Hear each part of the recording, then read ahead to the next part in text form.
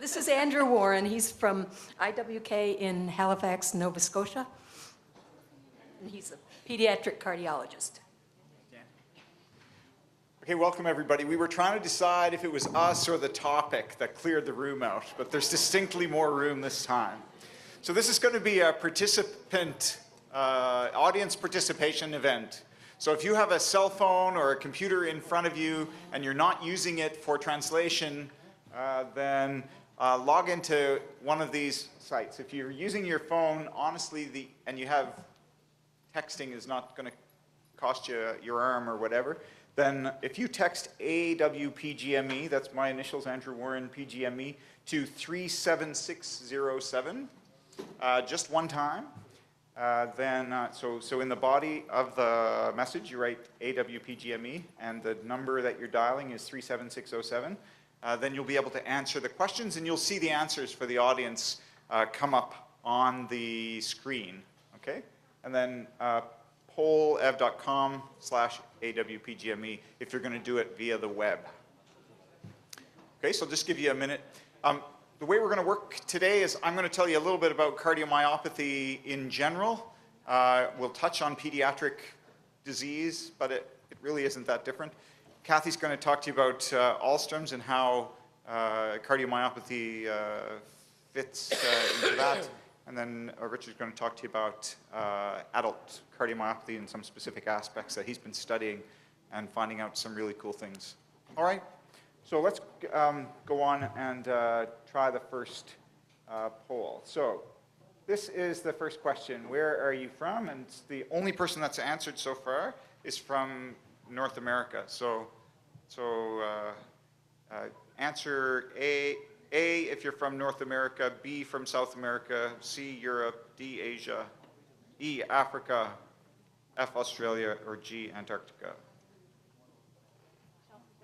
Okay, so still looking for the website. So here we go.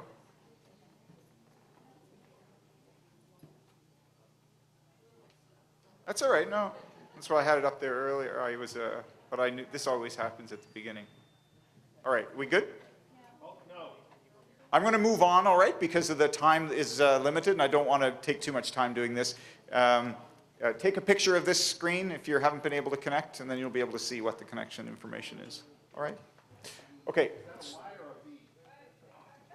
Okay, we got to move on. So this is how it works. The first real question is this one. So how many chambers does the normal heart have? 2, 3, 4, 5, or 6? 6? All right. Put your answer in, and then we'll look at what the answers are. I've hidden the answer right now. Let's see what people are saying. Nothing. None of you have answered anything.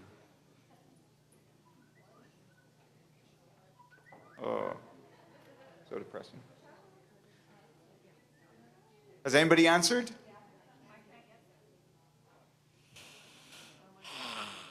Okay. We'll carry on. It'll catch up. The answer is 4. So the normal heart has got 4 chambers, 2 collecting chambers, 2 pumping chambers. The pumping chambers are called ventricles. Collecting chambers are atriums. There are 2 phases of heart function that are important to know about as we think about heart disease. There's the relaxation phase of it's called the cardiac cycle, and then the squeezing phase. So the relaxation phase is diastole. The squeezing phase is called systole. And when you have cardiomyopathy, which I'm going to talk about in a minute, when you have heart problems, you can have a problem with either or both of those. So in patients with Alstrom syndrome, the heart problem that they get is known as cardiomyopathy.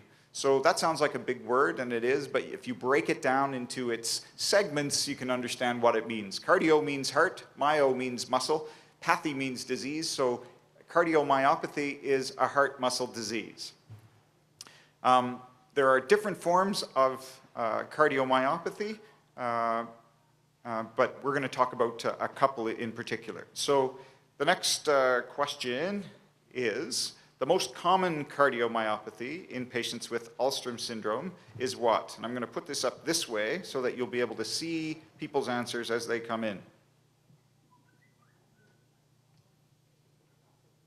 So you should just type A and send. Once you've typed 37607, oh, right on. So people are answering different things. Oh, so this is why I usually keep it hidden, because it changes people's answer. They go, oh, shoot, I got it wrong. Right, okay, so poor contractile function is the correct answer, and the specific kind of cardiomyopathy people get is dilated cardiomyopathy. So the heart muscle is thin and stretched, and that means the left side of the heart gets bigger than usual, and the heart doesn't contract normally. There is another form of cardiomyopathy that's less common but does occur, and that's restrictive cardiomyopathy, where the heart has normal thickness, the heart cavity sizes are normal, but it really doesn't relax normally, and so it can't fill properly, and the blood backs up.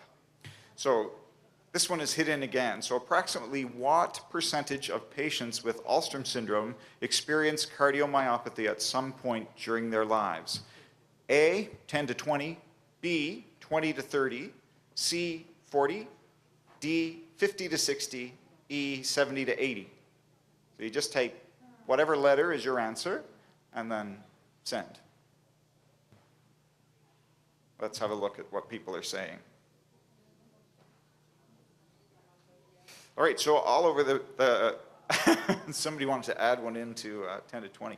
So we're all over the map with this one, so that the best answer is 50 to 60. I had down 60% because that's what Jan's...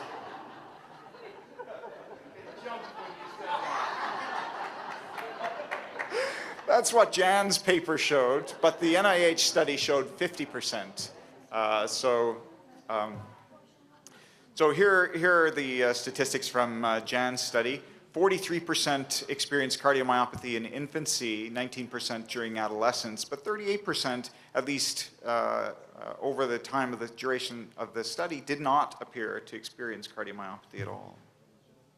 Okay, so why does cardiomyopathy occur in patients with Alstrom syndrome? This is where the new bit, or some of the new bits, are within the heart. So there's been some progress since the last time I was here at this conference 2 years ago. The process of cell division in the body is called mitosis. And normally the heart is thought of as a non-mitotic organ. In other words, the cells that are in it are the ones that you were born with. They can get thicker and smaller, they can be bigger and smaller, but they haven't traditionally been thought of as regenerating or replacing themselves. It turns out that that doesn't seem to be the case in some forms of cardiomyopathy, particularly some of the patients that are seen in Alstrom's and notably the infantile cardiomyopathy ones. In those patients, there's new evidence that suggests that the heart cells do not stop dividing, and that results in abnormal heart wall thickness and poor function, and that has been termed mitogenic cardiomyopathy. And I'm happy to say that term first came from Canada, although it was work done in the United States that related it to Alstrom syndrome. For older patients, maybe it's a different mechanism. And Dr. Steed's going to talk about fibrosis of the heart wall as being a potential mechanism for older patients, so I won't dwell on that one. Okay, here's the next question. How do we diagnose heart disease in children with Alstrom syndrome? So it's all of the following except one of those kinds of questions you're never supposed to use. So echocardiograms, ECGs, chest x-rays, catheterization, or CT scan. What's the thing we don't use to diagnose heart disease? Oh. So nobody got the right answer in this one. Right, more of those. Yeah, right, that's better. So CT scan we very rarely use to diagnose heart disease in anyone, in fact, but in Alstrom syndrome, that's not one of the ones. All of the other tests we do use. Cardiac catheterization, you're right, we use less commonly than other ones. So the mainstay of diagnosis is with echocardiography. So I'm going to show you two pictures. The one on the right-hand side is a normal heart contracting. The one on the left-hand side is a patient with dilated cardiomyopathy. And I think even those of you who are not used to looking at ultrasound might be able to say that this one here on the left-hand side is squeezing not really as well as the one on the right-hand side. It's not moving as, this one here is not moving as much as that one. Okay? So that's the problem. So when you get dilated cardiomyopathy, you end up with something called congestive heart failure, where the blood backs up into your lungs and you end up having difficulty breathing and difficulty with exercise tolerance. So the way that we treat that is what? So by medication, pacemakers, automatic defibrillators, or heart transplant usually. What's the most common way that we would treat those kinds of problems?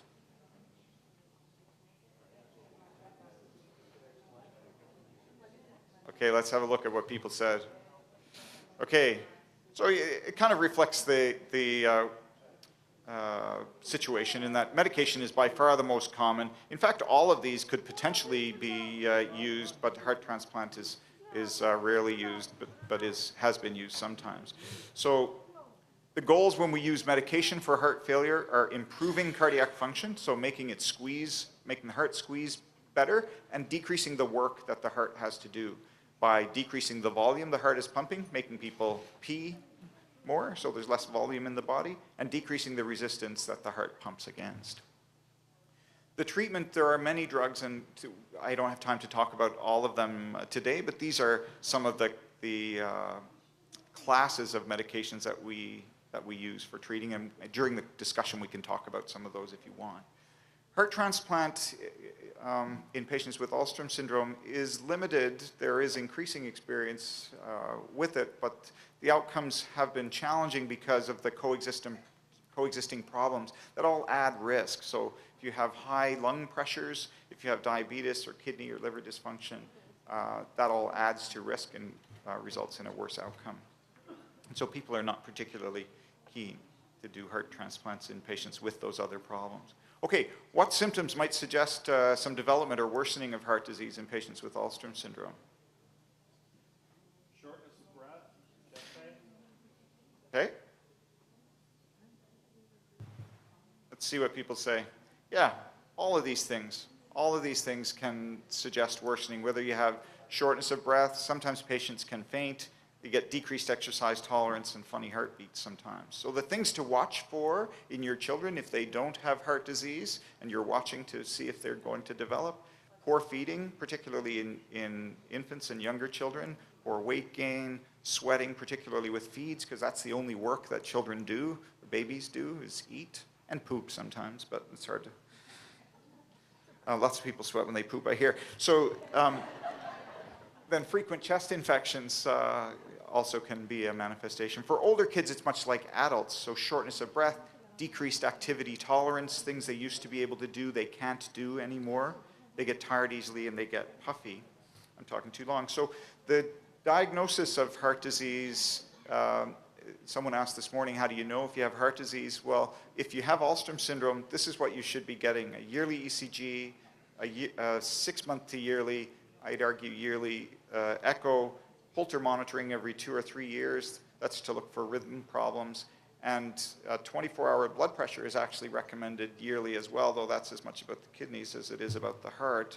My recommendations are a little bit different. Really, you need a cardiologist to see at least once, and preferably yearly. You don't want any of that stuff, the junk food. You need to try and encourage and model a heart-healthy lifestyle for your children. Have healthy, limited oral intake, and don't smoke. So thanks for the invitation to come, and I think we're going to hold all the questions till the end, if that's okay with you guys, just so that we get all the information out there, and then everybody gets a chance. Okay? Thank you.